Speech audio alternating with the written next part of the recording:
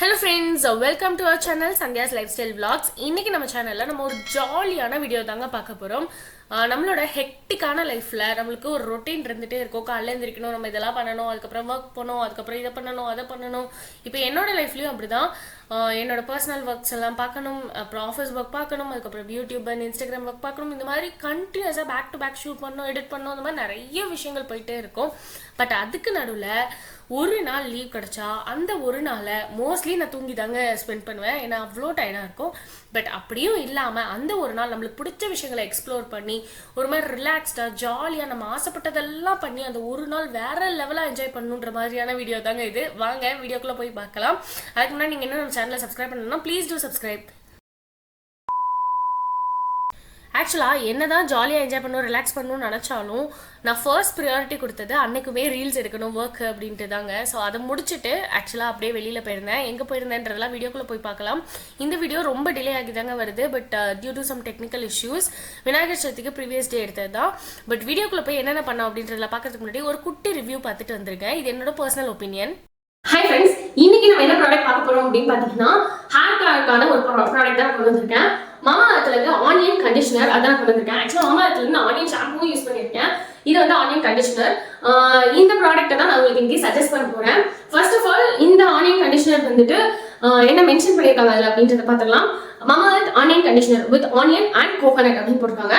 For hair fall control, paraben and silicone free, dermatologically tested for all hair types அப்படின்னு கொடுத்துருக்காங்க. இது வந்து 250 ml back.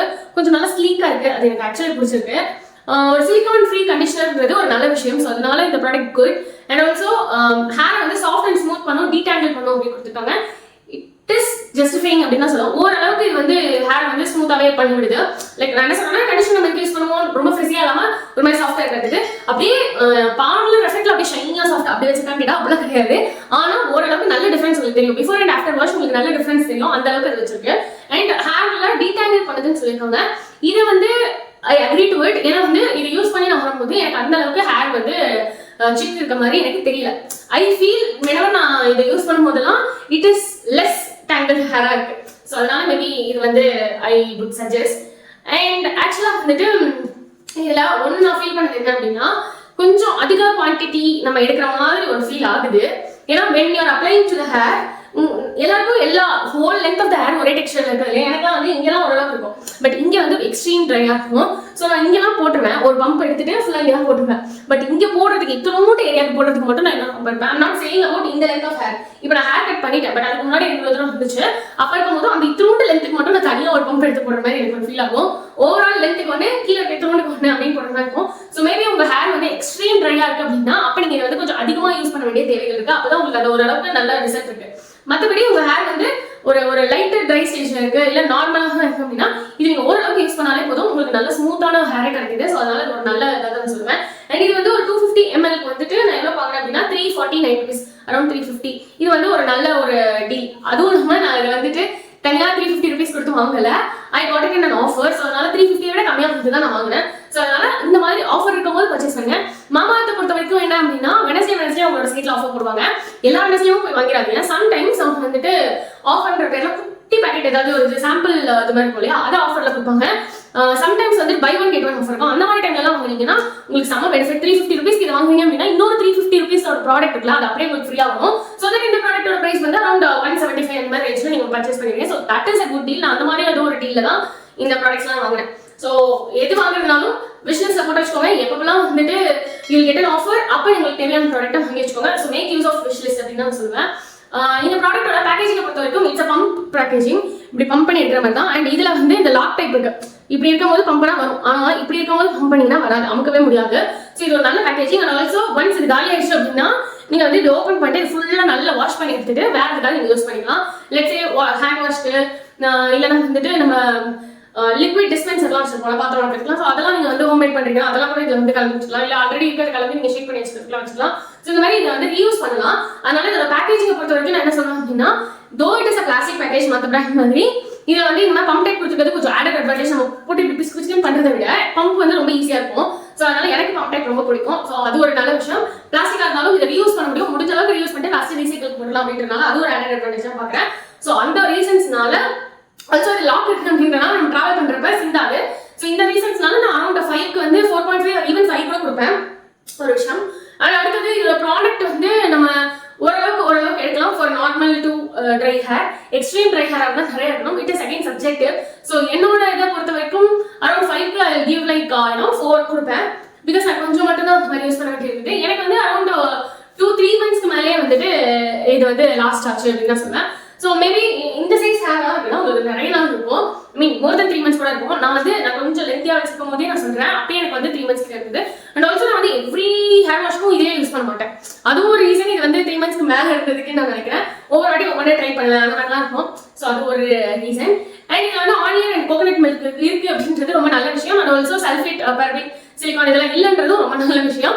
So அதுக்காகலாம் வந்துட்டு give for the product and it's usage, இது வந்து கொடுக்குற அவுட்புட், இது எல்லாத்துக்குமே சேர்த்து இதோட பிரைஸ் ரேஞ்ச், இதோட long lasting effect, long lasting சொன்னாங்க. நம்ம இப்போ நீங்கள் ஒன்ஸ் போட்டிங்க அப்படின்னா என்னோட ஹேர் டெக்ஸ்சரை பொறுத்த வரைக்கும் ஐ ஃபெல்ட் லைக் அந்த சாஃப்ட்னஸ் வருது இல்லை. நான் அதுக்கப்புறமா ஹேர் சீரம் யூஸ் பண்ணுவேன், கண்டிப்பாக யூஸ் பண்ணுவேன். ஸோ அப்படி யூஸ் பண்ணுறப்ப எனக்கு வந்து அரௌண்ட் ஒரு 2 டேஸ்க்கு வந்து சூப்பராக மெயின்டைன் ஆகுது. 3rd டே நான் ஹேர் வாஷ் பண்ணல அப்படின்னா ஹேர் ட்ரை ஆயிடும். நான் 3rd டே அகைன் நல்லா ஆயில் வச்சு ஹேர் வாஷ் பண்ணிடுவேன். ஸோ ஒவ்வொருத்தரும் ட்ரை பண்ணுங்க. உங்க ஹேருக்கு எத்தனை நாளுக்கு ஒன்ஸ் ஹேர் வாஷ் தேவைப்படுதுன்றதை நீங்கள் அதில் டிஸ்கவர் பண்ணிக்கலாம். ஸோ எனக்கு இந்த ப்ராடக்ட் நான் ரெக்கமெண்ட் பண்ணுவேனா அப்படின்னு கேட்டிங்கன்னா, yes I do recommend this product. Because எனக்கு வந்து இது நல்லாவே ஒர்க் ஆச்சு, நல்லா இருந்துச்சு. என்னன்னா கொஞ்சம் அதிகமாக இந்த கீழே இருக்கிறதுக்கு மட்டும் யூஸ் பண்ண வேண்டி இருந்தாலும் it works, it does it work. அதனால வந்துட்டு எனக்கு இந்த ப்ராடக்ட் பிடிச்சிருக்கு. நான் ரீபர்ச்சேஸ் பண்ணலாம்னு கேட்டிங்கன்னா maybe I do repurchase it. ஆனால் வந்து நான் கண்டிப்பாக உடனே இதே ப்ராடக்ட்டே வாங்க மாட்டேன். ஏன்னா வேற சில ப்ராடக்ட்டும் I want to try it, அப்போ தான் நான் ஒரு ரிவ்யூ பண்ண முடியும் கரெக்டாக. ஸோ அதனால கண்டிப்பாக நான் ரீபர்ச்சேஸ் பண்ணணும்னு நினச்சா அந்த ப்ராடக்ட்ல இதுவும் ஒரு ப்ராடக்டாக இருக்கும். ஸோ அதனால I do recommend this product to you guys. இதை வந்து நீங்களும் வாங்கணும், ட்ரை பண்ணணும் அப்படின்னு நினச்சிங்கன்னா இதோட பர்ச்சேஸ் லிங்க் வந்து டிஸ்கிரிப்ஷன்லையும் பின் கமெண்ட்லையும் வைக்கிறேன், செக் அவுட் பண்ணிக்கோங்க. ஓகே ஃப்ரெண்ட்ஸ், இந்த ரிவ்யூ பார்த்துருப்பீங்க. உங்களுக்கு அந்த ப்ராடக்ட் கண்டிப்பாக செக் பண்ணணும், ட்ரை பண்ணி பார்க்கணும் அப்படின்னு தோணுச்சுன்னா லிங்க் டிஸ்கிரிப்ஷன் கொடுத்துருக்கேன், செக் பண்ணுங்கள். நானும் என் ஃப்ரெண்டு தாங்க போயிருந்தோம். எங்கே போயிருந்தோம் அப்படின்னா மாயாஜால். இதுதான் வெரி ஃபர்ஸ்ட் டைம் நான் போகிறேன். அண்ட் அந்த பார்க்கிங்கில் வச்சதுக்கப்புறம் எங்களுக்கு என்ன கன்ஃபியூஸ் ஆயிடுச்சுன்னா, ஒரு வேளை நம்ம எங்கே பைக்கை பார்க் பண்ணியிருக்கோன்னு மறந்துடுவோம் அப்படின்ட்டு சுற்றி அந்த இடத்துல நாங்கள் வந்து வீடியோ ஃபோட்டோஸ்லாம் எடுத்து வச்சுக்கிட்டோம். அண்ட் ரொம்ப பெரிய பசி இருந்துச்சு. அதனால வந்துட்டு டாக்கோ பெல்லில் போயிட்டு ஒரு டாக்கோஸ், ஃப்ரெஞ்ச் ஃப்ரைஸ், அதுக்கப்புறமா கோக் காம்போ இருந்தது, அதை தான் வாங்கி சாப்பிட்டுக்கிட்டேன். என் ஃப்ரெண்டு வேறு எதுவும் வாங்கி சாப்பிட்டுக்கிட்டாங்க. இது அந்த அளவுக்கு சூப்பர்லாம் சொல்ல முடியாதுங்க. ஆல்ரெடி ஒரு வாட்டி டாக்கோ பெல்லில் சாப்பிட்ருந்தேன், அது நினச்சி வாங்கினேன். பட் ஆனால் இது அது இல்லை. அதுக்கப்புறம் என்னோட ரொம்ப நாள் விஷ் லிஸ்ட்டு இந்த மாதிரி ஃபிஷ் பா பண்ணணும்னா நான் ரொம்ப பயம். பட் தென் இருந்தாலும் இல்லை நம்ம பண்ணுறோம் அப்படின்னு சொல்லி ஒரு மாதிரி ஆசையில் உட்காந்து பண்ணிக்கிட்டேன். அண்ட் ஆல்சோ இந்த மாதிரி செம்ம டயர்டாக இருக்கும் இல்லையா ஹெக்டிக்கான ஒர்க்கில், அதனால ஃபுல் பாடி மசாஜ் எடுத்துக்கலாம் அப்படின்னு சொல்லி இது பண்ணால் ஆல்மோஸ்ட் 60 ருபீஸோ 100 ருபீஸோன்னு நினைக்கிறேன், எனக்கு கரெக்டாக ஞாபகம் இல்லை. தென் அதுக்கப்புறமா கேம் விளையாடலாம் அப்படின்னு சொல்லி நாங்கள் போயிட்டோம். இந்த ஹேமர் கேமுங்க கேம் என்னமோ ஜாலியாக தான் இருந்தது. ஆனால் என்னன்னா எங்களுக்கு விளையாட தெரியல. நாங்கள் அடிக்கிறது கரெக்டாக எடுக்குதா, இல்லை எங்களுக்கு பவர் இல்லையா, இல்லை அது கரெக்டாகவே எடுக்கலையா, நாங்கள் கரெக்டான டைமில் அடிக்கலையா, அது மாதிரி எங்களுக்கு தெரியவே இல்லைங்க. உங்களுக்கு இந்த கேமில் நீங்கள் விளையாண்டுருக்கீங்களா, என்ன பண்ணிருக்கீங்க, என்ன எக்ஸ்பீரியன்ஸ்ன்றதுலாம் கமெண்ட்டில் ஷேர் பண்ணுங்க. அதுக்கப்புறம் இந்த மாதிரி டாய் பிக் பண்ணுற கேம் இருக்கும்ல, அது விளையாண்டோம். அதுவும் சரியான சொதப்பல், எங்களுக்கு தெரியவே இல்லை. சரி அதுக்கப்புறம் வேற என்ன விளையாடலாம் அப்படின்னு பார்த்துட்டு இருந்தப்போ வந்துட்டு இந்த பேஸ்கெட் பால் கேமு, இது வந்து செம்ம ஜாலியாக நான் என்ஜாய் பண்ணேங்க. ஜாலியாக தூக்கி போட்டுக்கிட்டு ஓரளவுக்கு டார்கெட்டை வந்து இது பண்ணணும் அது பண்ணணும் அப்படின்னு சொல்லி விளையாண்டோம். அதுக்கப்புறம் இந்த விஆர் கேமு அம்மா வேற லெவல் எக்ஸ்பீரியன்ஸ் சொல்லணும். எனக்கு ரொம்ப பிடிச்சிருந்தது. அன்னைக்கு பண்ணதுலேயே இது வந்து டாப் மோஸ்ட் ஃபேவரட்னு சொல்லலாம். இதோட குட்டி கிளிப்பிங்ஸ் நான் நெட்லேருந்து எடுத்து தாங்க இதை போட்டிருக்கேன். ஏன்னா நான் அங்கே ஷூட் பண்ணல, ஜாலியாக என்ஜாய் பண்ணது தான். அண்ட் அதுக்கப்புறமா இந்த பவுலிங் கேம், இதெல்லாம் வந்து ரொம்ப வருஷம் ட்ரீம்னு சொல்லாங்க. ரொம்ப வருஷமாக படத்தில் அந்த மாதிரிலாம் பார்த்துருக்கேன். கண்டிப்பாக ஒரு நாள் இதை ட்ரை பண்ணணும் அப்படின்னு ஆசை இருந்துச்சு. சரி இன்னைக்கு இதை பார்த்தோன்னா ஓகே விட்டுறக்கூடாது, இந்த சான்ஸை வந்து நம்ம கண்டிப்பாக யூட்டிலைஸ் பண்ணி இதை என்ஜாய் பண்ணி இதை நம்ம ஃபீல் பண்ணிடணும் அப்படின்ட்டு. பட் தென் அந்த பால் இருக்குல்ல, அது வந்து சரியான வெயிட்டுங்க. அது எப்படி தான் ஹேண்டில் பண்ணுறாங்கன்னு தெரில. சரி இதெல்லாம் முடிச்சுட்டு வெளில வரும்போது இந்த அவதார் ஷோ இருந்துச்சு. சரி அதையும் ஒரு வாட்டி ட்ரை பண்ணுவோமே அப்படின்னு சொல்லிட்டு தான் உள்ளே என்டர் ஆனோம். நல்லாதாங்க இருந்துச்சு.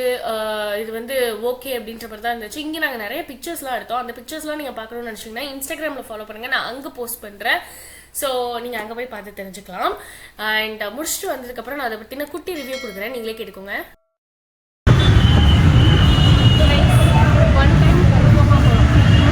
இந்த வீடியோ பிடிச்சதுன்னா லைக் பண்ணி ஷேர் பண்ண மறந்துடாதீங்க. இந்த ப்ராடக்ட் ரிவ்யூ பண்ணதோட லிங்க் வந்து டிஸ்கிரிப்ஷனில் வச்சுருக்கேன், செக் அவுட் பண்ணுங்கள்.